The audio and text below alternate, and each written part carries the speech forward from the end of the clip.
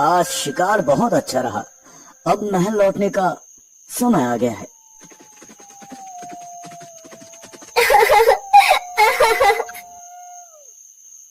ये आवाज कहाँ से आ रही है?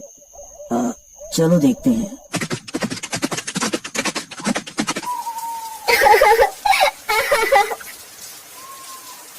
हे देवी, तुम कौन हो और यहाँ इस घने जंगल में क्या कर रही हो?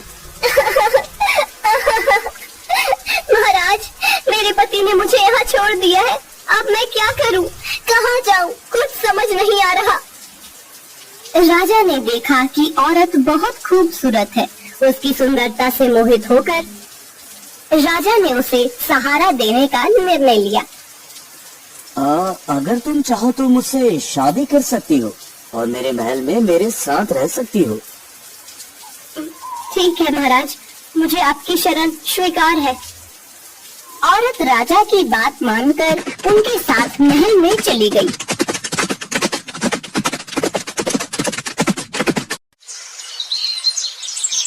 दोनों ने शादी कर ली।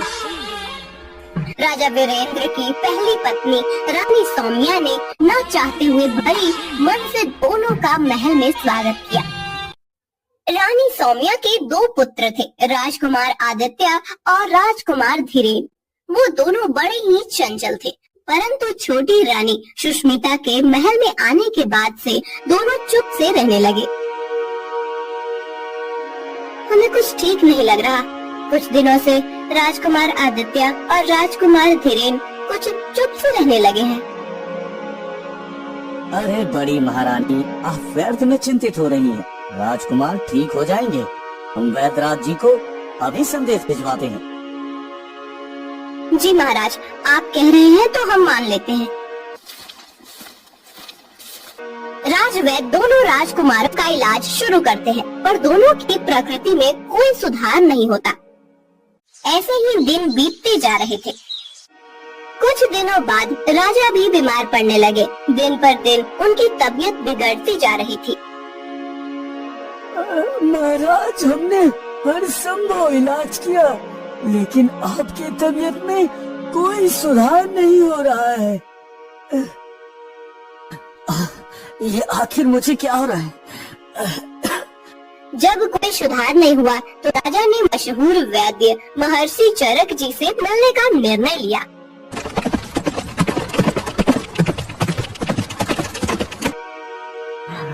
महर्षि जी, मैं बहुत बीमार हूँ। जब से मैंने नई शादी की है, तब से मेरी तबीयत बिगड़ती जा रही है। महाराज, क्या आप बता सकते हैं कि वो औरत आपको कहाँ मिली थी? महर्षि, वो मुझे जंगल में मिली थी जब मैं शिकार से लौट रहा था। महाराज, वो औरत नहीं, इच्छाधारी नागिन है। नागिन, उसके जहर के कारण ही आप बीमार हो रहे हैं महाराज। मुझे विश्वास नहीं हो रहा कि मेरी नई रानी नागिन है। आप एक काम करें, महल जाकर हर जगह से पीने का पानी हटा दे और कुएं को ढक दे। फिर आधी रात को उसे कहें कि आपको बहुत प्यास लगी है और पानी चाहिए। देखना वो पानी कहाँ से लाती है। राजा ने वैद्य महर्षि चरक जी की सलाह मानी और महल में सभी पानी के बर्तन खाली करवा दिए और कुएं को ढकवा दिया।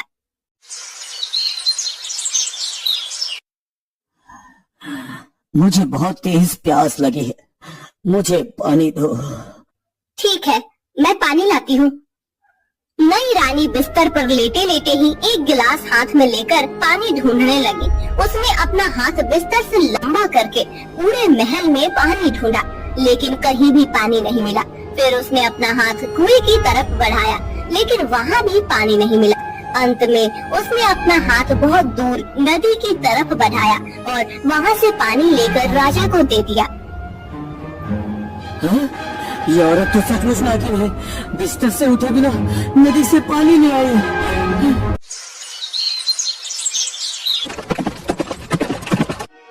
महर्षि जी, मुझे यकीन हो गया है कि वो औरत नहीं नागिन है। मुझे उससे बचाइए महर्षि जी, मुझे उससे बचाइए। महाराज, आज आप अपनी पहली पत्नी रानी सौम्या से कहे कि चलो समुद्र देखने चलते हैं। जब आप ऐसा कहेंगे तो नई रानी भी साथ चलने का जिद करेगी। फिर आप उसे भी साथ लीजिए, आगे का काम मैं देख लूंगा। राजा ने महर्षि चरक जी की बात मानी और महल लौटकर अपनी पहली रानी सौम्या से कहा, रानी सौम्या, चलो समुद्र देखने चलते हैं। मुझे भी समुद्र देखना है। हाँ ठीक है भाई, तुम भी चलो। अगले दिन सब समुद्र के पास पहुँचे। महर्षि चरक जी भी साथ में आए। सब लोग नाव में सवार होकर समुद्र में घूमने लगे।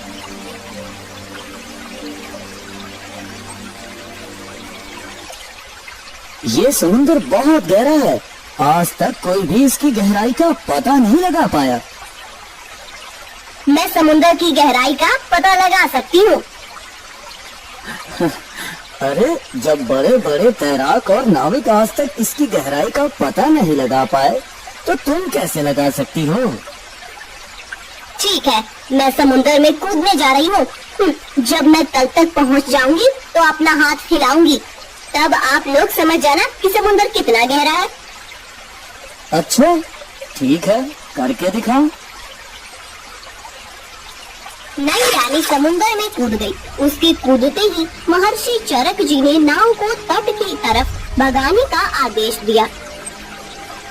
महाराज, जल्दी से नाव को तट की तरफ ले चलिए, जल्दी करिए महाराज। और एक किस्म की दवा पानी में फेंकने लगे। नागिन ने जब समुद्र तल तक पहुंचकर हाथ हिलाया तो वह महर्षि चरक जी की दवा से पत्थर बन गई और वही जम गई। महर्षि, आपने मेरी जान बचाई, इसके लिए मैं आपका हमेशा ऋणी रहूंगा महर्षि, हमेशा आभारी रहूंगा।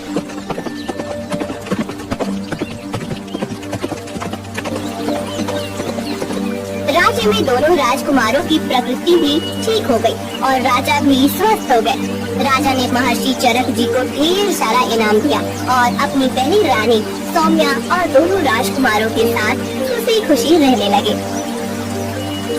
कहा जाता है कि वह नागिन आज भी समुद्र तल में शिवाय, ओम नमः शिवाय। महल में इच्छाधारी के खात्मे के बाद हर कोई चैन की सांस ले रहा था, लेकिन महर्षि चरक जी के चेहरे पर चिंता की लकीरें गहरी होती जा रही थी। उनके मन में किसी अनहोनी का संकेत हो रहा था।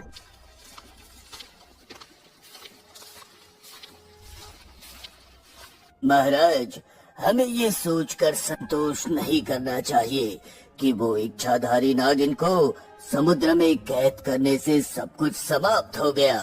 उसकी आत्मा इतनी सरलता से मिट नहीं सकती महाराज। क्या महर्षि, आप क्या कहना चाहते हैं कि वो नागिन अभी भी हमारे बीच हो सकती है? हाँ महाराज, मैंने ध्यान लगाया था और मुझे आभास हुआ है कि उसकी शक्ति अभी भी इस भूमि पर विद्यमान है। ओम नागिनाय स्वाहा, स्वाहा। दूसरी ओर समुद्र के गहरे तल में जहाँ नागिन की आत्मा को महर्षि ने एक पत्थर में कैद कर दिया था, वहाँ एक दुष्ट तांत्रिक ने अपनी साधना शुरू की थी। उसका लक्ष्य था नागिन की शक्तिशाली आत्मा को मुक्त कर उसके माध्यम से अपनी शक्ति बढ़ाना। तेरी शक्ति को मैं बुलाता हूँ, ओ नागिन, इस संसार में वापस आ, वापस आ। समुद्र की लहरें बढ़ने लगी। पानी में से एक तीव्र नीली रोशनी उभरने लगी। वह पत्थर जिसमें नागिन की आत्मा बंद थी धीरे धीरे फूटने लगा। अचानक एक भयंकर गर्जना के साथ नागिन पत्थर के बाहर आ गई। मैं मुक्त हो गई। इस संसार ने मुझसे जो लिया, अब मैं उसे वापस लूंगी। हाँ, मैं तुम्हारी शक्ति के साथ इस दुनिया पर राज करूंगा, राज।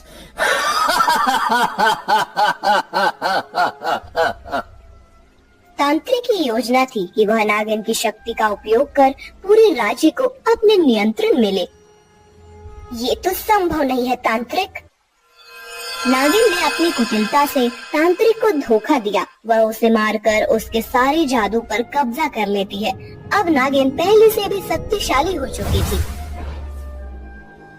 कोई भी मेरी शक्तियों को नियंत्रित नहीं कर सकता। अब मैं अपना बदला पूरा करूंगी और उस राजा वीरेंद्र को तबाह करूंगी जिसने मुझे कैद किया था।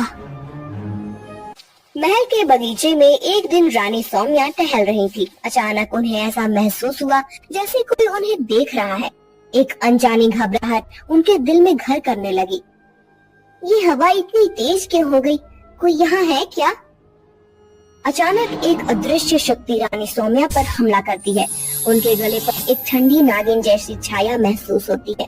वे घबराकर पीछे हटती है, लेकिन वह छाया धीरे धीरे गायब हो जाती है। सौम्या समझ जाती है कि यह कोई सामान्य घटना नहीं थी।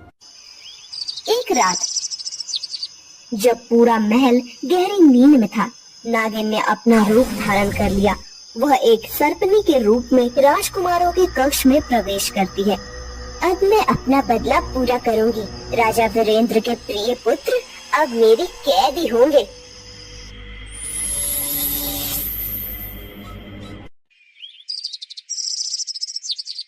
महल में कोई भी नहीं जान पाता कि दोनों राजकुमार गायब हो गए हैं।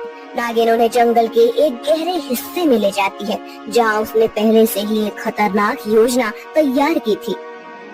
अगली सुबह महल में हड़कंप मच जाता है।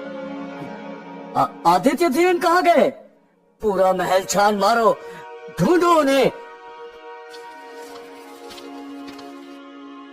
महाराज, महारानी, दोनों राजकुमार अपने कक्ष में नहीं है और महल में भी कहीं नहीं मिल रहे। महाराज, मुझे डर है कि कहीं नागिन ने ही उन्हें न ले लिया हो।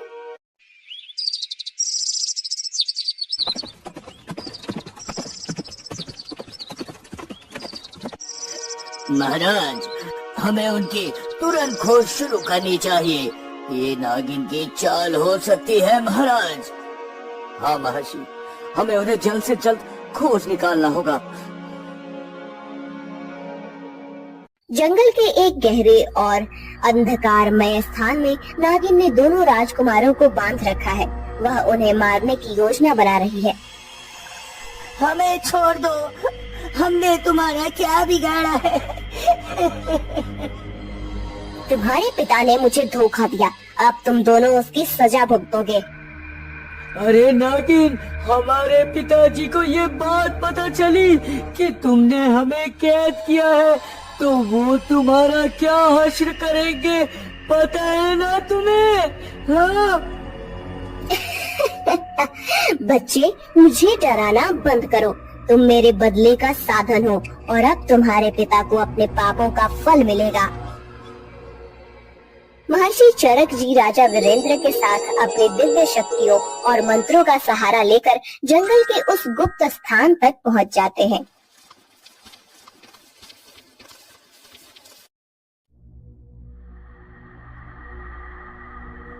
ओम नमः शिवाय, ओम नमः शिवाय, ओम नमः शिवाय।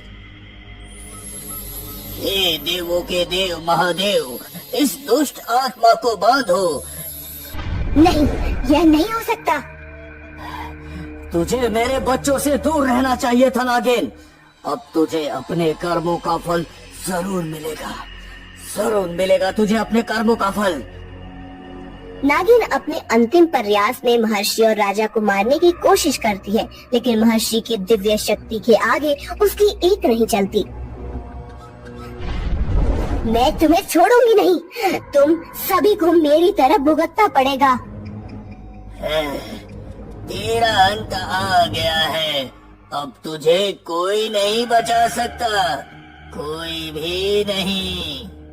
महर्षि चरक जी अपने मंत्र बल से नागिन को पूरी तरह से निष्क्रिय कर देते हैं। नागिन अपनी हार मान लेती है और विलाप करने लगती है। मैं तुम्हें छोड़ूंगी नहीं, तुम सभी को मेरी तरह भुगतना पड़ेगा। महर्षि चरक जी उसे फिर से एक पत्थर में बंद कर देते हैं। नागिन के पत्थर में बदलने के बाद राजा वीरेंद्र और रानी सौम्या अपने दोनों पुत्रों को गले लगाते हैं। वे दोनों अब सुरक्षित हैं और उनकी आंखों में डर की जगह राहत है। पिताजी, हम बहुत डर गए थे पिताजी। अरे धीरेन्द्र, अब सब ठीक है बेटा, अब तुम्हें कुछ नहीं होगा। ओम नमः शिवाय। मैं फिर से हार गई, लेकिन मेरी आत्मा हमेशा तुम्हारे पीछे रहेगी राजा वीरेंद्र। महाराज, अब ये दुष्ट आत्मा कभी भी किसी को नुकसान नहीं पहुंचा सकेगी। हाँ। हे महर्षि, आपने फिर से हमारी जान बचाई। मैं आपका ऋणी हूँ महर्षि, मैं आपका ऋणी हूँ। महल में फिर से खुशियों की बौछार होती है। राजा वीरेंद्र ने अपने दोनों पुत्रों की सुरक्षा के लिए एक बड़ा उत्सव आयोजित किया। महर्षि चरक जी को विशेष रूप से सम्मानित किया गया। आज हम सब महर्षि चरक के आभारी हैं। उनकी कृपा से हमारे राज्य की रक्षा हुई है। हाँ नहीं महाराज, ये सब ईश्वर की कृपा और आपकी आस्था का परिणाम है महाराज। अब हमें किसी भी भय का सामना नहीं करना पड़ेगा और हमारे बच्चे भी सुरक्षित हैं। सब आपकी कृपा से महर्षि जी, सदैव आपके ऋणी रहेंगे हम।